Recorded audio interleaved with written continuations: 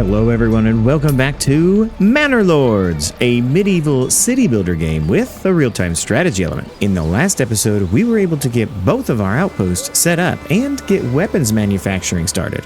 We also grew our cities big enough so that they can help supply troops to the war effort. But I believe taking on Lord Grumpyface won't be any walk in the park. So if bringing peace to the realm is something that you want to see, well, go ahead and hit that like button, subscribe if you haven't, and let's jump in to Manor Lords.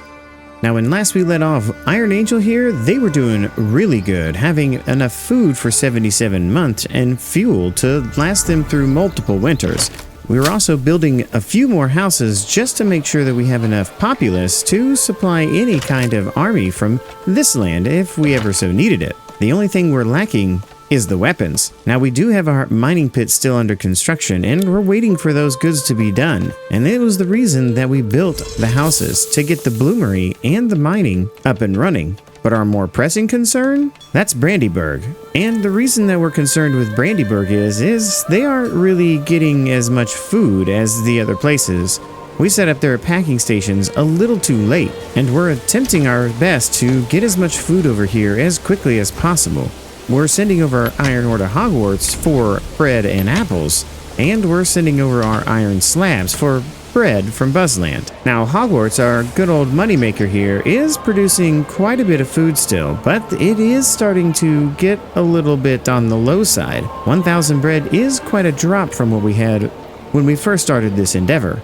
But Buzzland, on the other hand, it has a lot of food just in its own right. There are lots of vegetables, and we could probably improve the bread situation here pretty easily, as we are making all of the flour here. And they have plenty of grain to spare as well. Now, we did establish our tavern in the last episode as well to get some level 3 houses over here, and we're keeping up with that ale supply pretty good. We have 166 in storage with 88 in the tavern itself. I think we could get probably a few more level 3 houses underway and get some more bread pumping out of this place. And that's just what we're going to do. Any houses that already have some kind of garden in the back, we're going to upgrade those to level 3 housing. That way we can get a few more people harvesting some vegetables, and that'll give us a new development point here in Buzzland. But I'm not just happy with 4 more people. Let's do a couple more and get ourselves a decent stock of people in Buzzland, and then we'll have a couple communal ovens up and running. Now, one of the hard things that we're having a problem with here in Brandyburg, other than the packing stations, is our supply of planks. It's just getting harder and harder to get planks these days. Probably because we've deforested quite an area, and that's not really good. If we cleared away all the brush here, we would see that there aren't very many trees growing here. So Brandyburg, it needs a little help, a little assistance. A couple of foresters would be nice right here, and we'll have to populate those with the 4 people that we have. And that also means that poor old Brandyburg, well, they're going to need some more houses as well.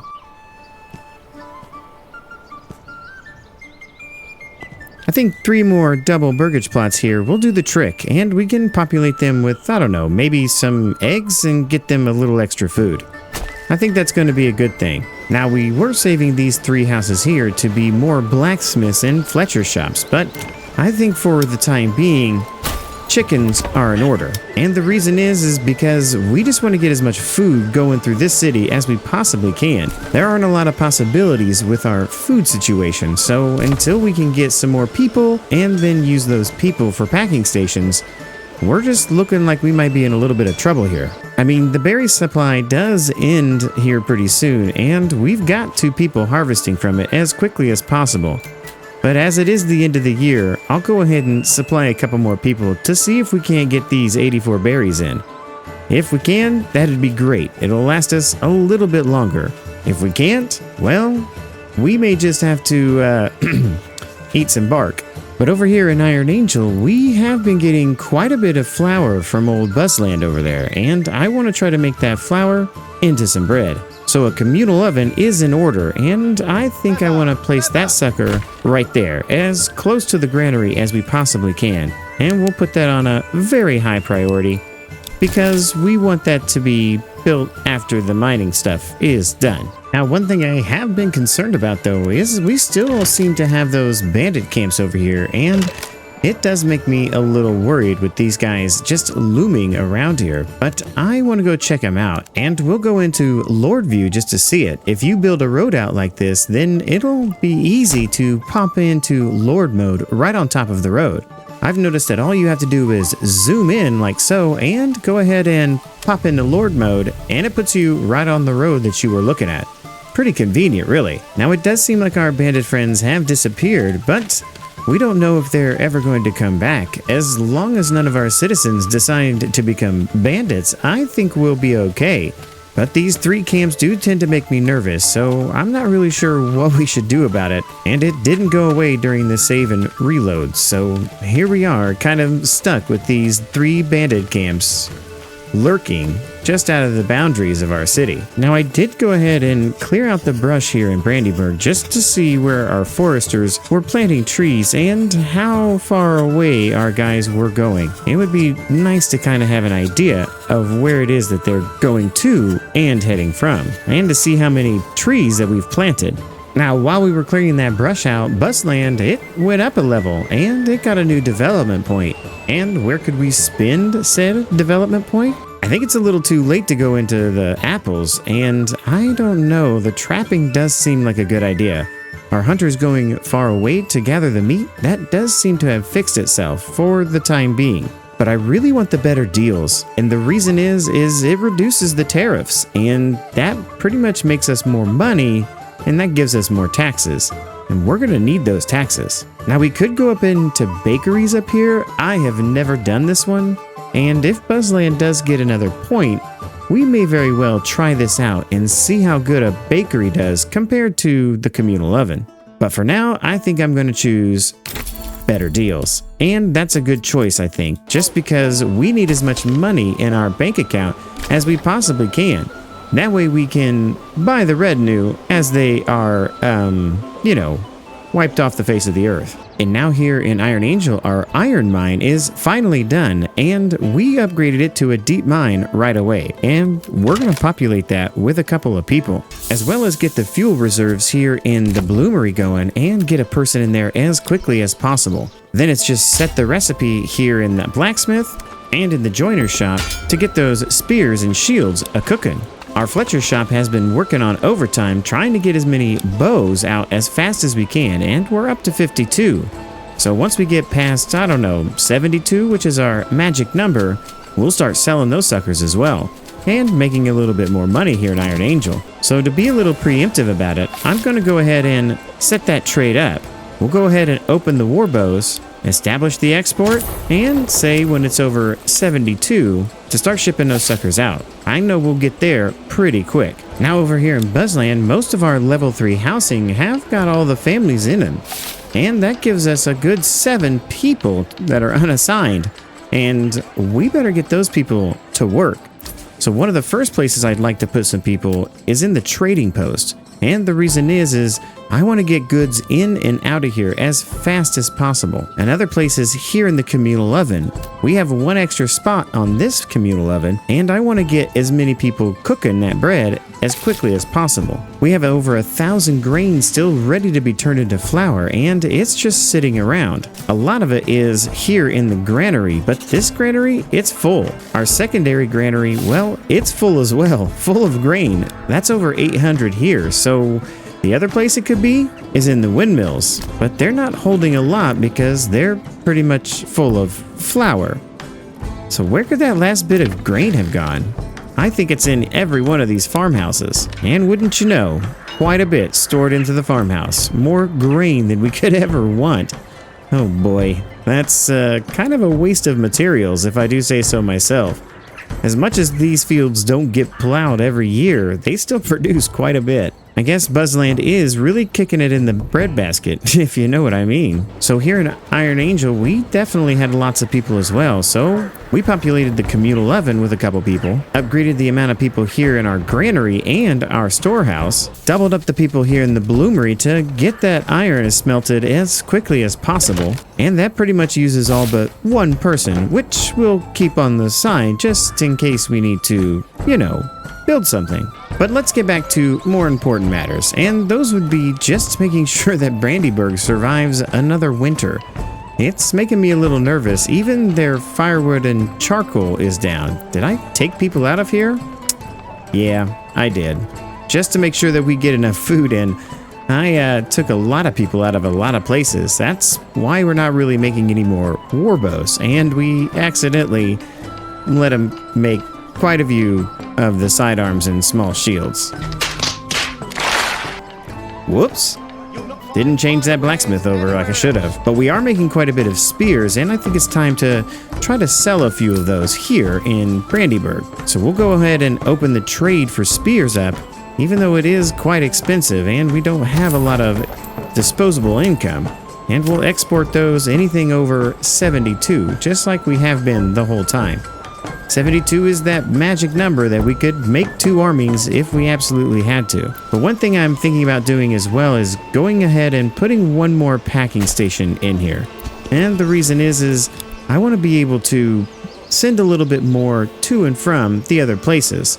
We could put in a communal oven as well and try to get as much bread made in-house as we possibly could to get us over the hump. Once we get ourselves past a couple of hundred bread, I'll be much more secure about this in the near future. Now that Brandyburg has over 100 food and quite a bit of some other things, we're looking pretty good on the food front. But now I've run into another problem. 2 months of fuel. Oh boy. Probably should have got on that a little bit sooner. With 31 months of food, we are established on the food front. I think this other packing station really did a number. We started sending over iron slabs for flour to Buzzland. We tried to get some of that flour that they're overproducing up over to this outpost. At the same time, we went ahead and built our communal oven with the anticipation that one day we'll have some flour to turn into our own bread and feed our people. But as we did have a few extra people, I went ahead and put some people into the woodcutter's lodge to help get some more firewood going and put a person here into the charcoal kiln. Now, we'll try to get this thing moving as soon as we have more people, but I really would rather have the charcoal than the firewood. The charcoal lasts longer in the houses and keeps them warmer through the winter without so much use. Firewood gets used way too much. The charcoal kiln, it's actually pretty good. It is a little overpowered, but it does take a long time to make said charcoal. So 2 months of fuel, charcoal kiln, we'll see what happens. I mean, they're getting quite a bit of supply, so hopefully this will get us out of the woods, pun intended. But for now, it's pretty much a waiting game. I mean, we're just waiting to make sure we have enough weapons to take on old Lord Grumpyface. But honestly, we've got these 2 outposts pretty much established where we want them. I mean, we're just waiting for more armaments. We can get more spears and shields. We're pretty much set. Brandyburg is the only one that needs a few minor tweaks to have it be self-sufficient. I think it's just gonna be about a year before we can really go take Lord Grumpyface on full force. So I'm honestly gonna just let this play in the background, and then we'll take on Lord Grumpyface.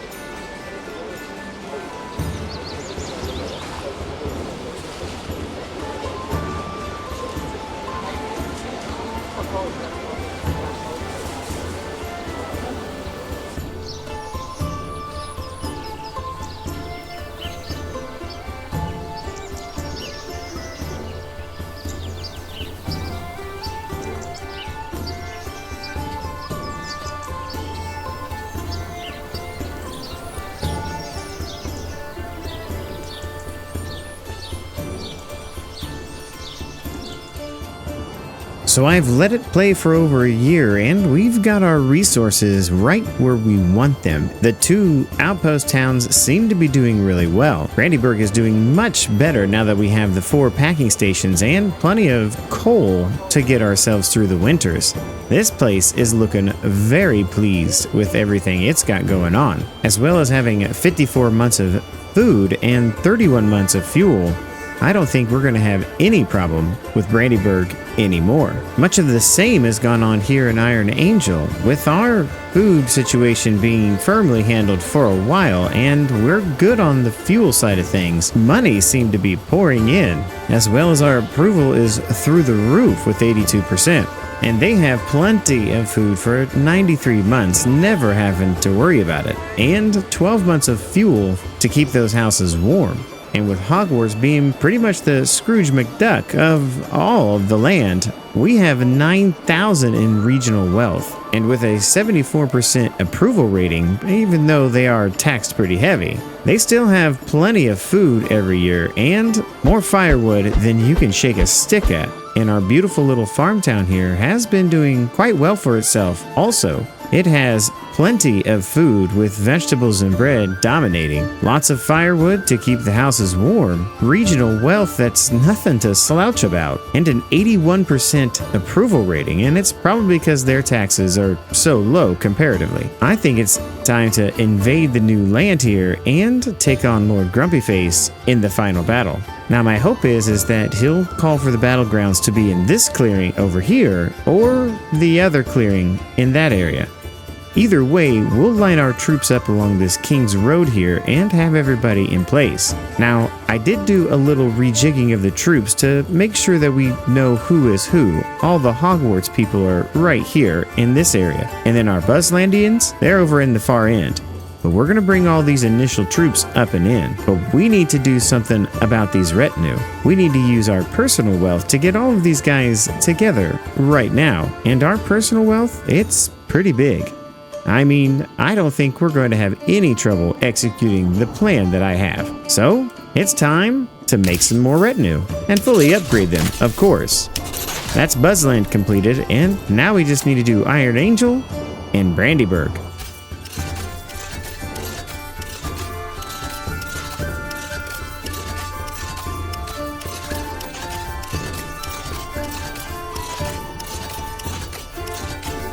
Well, that was a cool 4,000 spent easily, and well worth it, I might add. Having this many retinue to take on Lord Grumpyface, that's not going to be anything to sneeze about.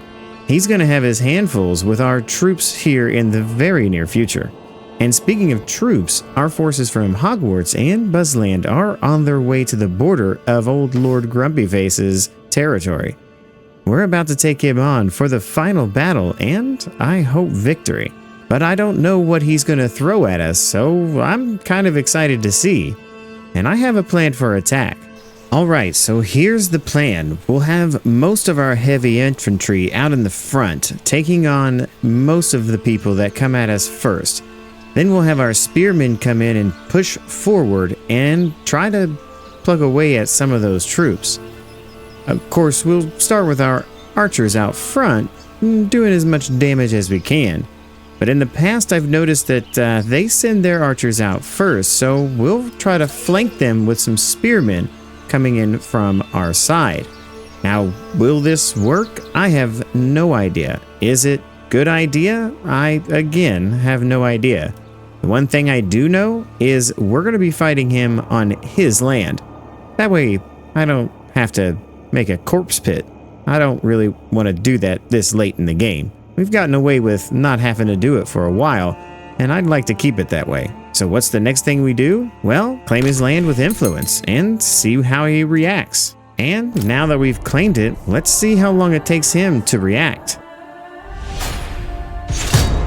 It wasn't very long before he threw those gauntlets down and declared us his enemies. And actually, we're standing in the sphere of influence. So I think, honestly, we just move our troops straight up and see what he has to say about all this. He'll make it worth our while if we drop our claims, 1,381 silver. I don't think so. My claims are not negotiable there, Lord Grumpy Face. Now, the luck of it all is we've had our troops here for a while, and they are pretty well rested, but the battle is about to ensue, and I really want to make sure that we get this... Oh my, it just starts like that, huh? Well, it does look as though he is going to try to flank us, so maybe we'll protect our side over here a little bit with these spearmen. If the archers don't come too much closer, we may just try to go and attack them on our own, or fall back so that we can have it in this clearing. On a side note, I think I'll go ahead and let them know that the arrows are a-flying in, and it does appear that we're having our archers taken down pretty quickly by theirs. So I think it's time to sacrifice a few lambs for the betterment of this battle. We'll send these spear militia in a hurry to try to just aggravate these guys a little bit. Oh my, and oh gosh, he really... Let's slow this down. It really seems that he kind of tried to take us all out, but we do have all of these troops now coming in, and I think it's time to move our remaining archers back. Even that one guy. We may have to send you home there, old Hogwarts friend. These guys need to fall back as well. Okay, so we do seem to be getting flanked over here, and I would like to challenge their retinue with my retinue and get rid of those guys as well. Now we're going to do what we said and bring those troops up and have them push forward. And we'll also bring these guys in, and actually, we'll go take out these archers. That seems like a much better idea. Go get them. Go over there. No, don't worry about these guys. I've got retinue that can help out. And they can also push forward. Actually, they can all push forward. You as well. And you, go for it. Take these guys out and push forward on them. I mean, our poor spearmen over there, they just got annihilated. And I'm hoping for the best. Maybe our archers will continue to shoot at will. We'll tighten that up just a little bit more. And Lord Grumpy Face sent us another letter in the middle of battle. Less money? I don't think so. I don't. No, go away. Go away, Lord Grumpy Face. I'm in the middle of a battle. Now, it does appear that we're sort of winning with our retinue, but these archers need to start shooting those archers. All archers, just shoot. Just shoot at each other point-blank range. Okay, so we broke some troops. Good. Are we still in the middle of this? Oh my gosh, this is a just mud pit of people. Now, we do have some archers that seem to be over here. Yeah, let's go use those spearmen to get those guys. And let's bring... These retinue are getting obliterated, so we'll go send them some reinforcements, as well as these guys to reinforce. Oh, they're over there, so no, you keep doing that. Boy, I can't even tell what troops are what in this place. It is ridiculous. But let's see if we can't... Are they still fighting? No? Yes? I don't know. Let's just take all of our 24. We have 48 retinue here. Good lord. And these guys are trying to do their best, but we lost another set of spearmen. Oh boy, Lord Grumpy Face's army is kind of being a little rough on us. Yikes. This is a little bit more difficult than I thought it would be. And we're losing our other archers. Please, archers, do that. Kill those archers so that they stop killing us. I can't really tell who's mine and who is theirs, but we need to just attack. Like, just get in there in that scrum and take out those swordsmen. I mean, it's retinue versus swordsmen, and over here we've got archers versus spearmen, and we have spearmen versus everybody. Oh my gosh, this is quite the cluster of people. Come on, guys, you can do it. Stand your ground and fight. Oh boy. I think they broke another set of my guys. And who is this? Hogwarts? Yeah, you're not going to be any help anymore. We are making some headway in some other battles, which is a good thing, and there are no more archers, except for those guys over there. But I think that my next course of action is going to be to take on those guys right there with everybody that's here. Honestly, I couldn't even tell that some of these guys were just standing around. I think it's time for them to go and help out on this side of the troops and have these guys come at them. Stop running, though. There's no need for running. These heavy infantry aren't even doing anything. I think we need to bring them over here to this battle. It really looks like Lord Grumpyface's army is just fighting with himself. I can't tell if he's fighting with me or them. But honestly, I think I'm winning. I really can't tell. But we need to bring these troops around here in a tighter formation and attack from the back. And go. Get in there and take those guys out. Oh my gosh, I think we're winning. Okay, put all those guys there. And they're broken. And, oh my gosh, we beat them. We beat Lord Grumpyface's army. Oh my gosh, this is amazing. Oh my gosh, look at my poor sacrificial lambs.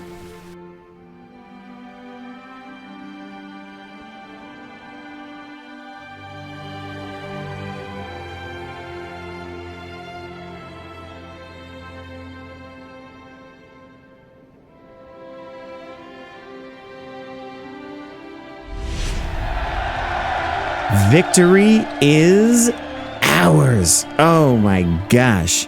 What an amazing victory. So these are, I guess, the stats? Oh, man. Okay, so we had 8,173 days pass and 763 constructions finished. All right. 2 challenges won? Maybe the challenges have to do with Lord Grumpyface and me challenging his claim to a territory. That would make a lot of sense. I killed a lot of his guys, though, that's for sure. There's a lot of mercenaries fertilizing that lawn. But at the same time, we lost a lot of people as well, and I'm sure the villagers have something to do with soldiers lost. We did have one raider attack that got close to our camp. But man, that is amazing, and it's a work in progress, so more cool data to come here in the future. Well, I guess that is it. So what happens if we press finish game? Oh, it just brings us back here to the title screen. Well, we can't end like that. Well, the realm is ours. And yes, I had to beat Lord Grumpyface a second time to do it. It went a little bit smoother that second time. But it's time to send all of our victorious troops home. I think they definitely need a drink after that epic battle. I mean, we survived our brush with death, but I don't think old Lord Grumpyface is gonna be too happy. His face will never be more grumpy than it is now. Now, with all of our troops safely being back in their homelands and peace being brought to the realm, we can safely say with the entirety of the realm in our hands, we truly are the Manor Lords. Ah, man, this game is amazing. I truly do love this game, and I have spent quite a few hours playing it. And as with all games that I play, I will tell you my real opinion of it, and I would play this over and over again, because every time that you do play it, it is something different.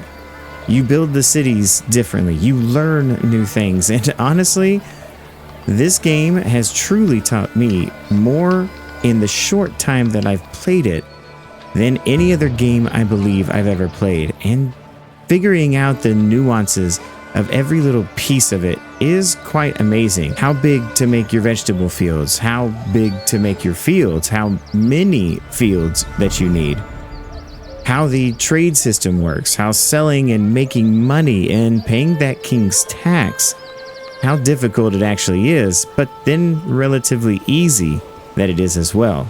I cannot compliment this game enough on its build. It is truly very fun, and I have enjoyed every minute of it. If you have enjoyed it as much as I have, check it out for yourself. Play this game, buy this game, support the developer. Like I said at the beginning, I believe this is one guy who built this entire game, and he has a publisher that's just been pushing it out. It's been coming out with regular updates. It just keeps improving on itself. The most recent update, which I didn't get to play, but I probably will play an experimental, has fishing in it and crossbowmen. Man, it's just continuously getting better. So I'm very excited to see what the future of Manor Lords holds for us, because if this does get a big update, we will be coming back to it. Absolutely coming back to it. And I will probably have several hundred more hours in this game than I already do. So as always, if you did enjoy what you saw today, please don't forget to support in any way that you can. One way to support is Patreon, where support on Patreon gets your name in the credits, as well as I'll name something in-game after you if I can. The other way to support is to check out my Discord, where we chat as a community and there are game suggestions and other things that you can participate in. Feel free to sign up for Discord at any time, and it's free, so that's a huge advantage. But as always, the best way to support is to like and subscribe. Hit the notification bell so you can be alerted of any time any content gets uploaded to the page. If you want to see the full playthrough, I'll have the button on the screen now, and if you want to see something else we played, there will be a button underneath that. But as always, keep gaming for the love of games. Bye now.